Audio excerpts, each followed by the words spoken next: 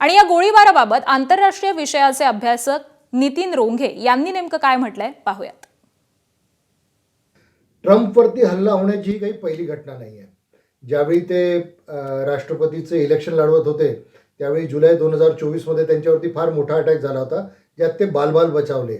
मग त्यानंतर जस्ट इलेक्शनच्या आधी म्हणजे सप्टेंबर 2024मध्ये सुद्धा त्यांच्या स्वतःच्या कॅलिफोर्नियाच्या गोल्फ कोर्समध्ये त्यांच्यावरती गोळ्या चालवायचा प्रयत्न झाला होता. त्यामुळे जगात या गोष्टीला घेऊन बरीच चिंता झालेली आहे. पण याच्यातलं महत्त्वाचं असं आहे की हा जो अटॅकर आहे हा कदाचित अमेरिकन आहे आणि त्याचं काही डिफरन्सेस असू शकतात ट्रम्पच्या धोरणांशी, पण याच्यात इराण किंवा अन्य कुठल्या देशाचा हात नाही असं सध्या वाटतंय. एबीपी माझा, उघडा डोळे बघा नीट.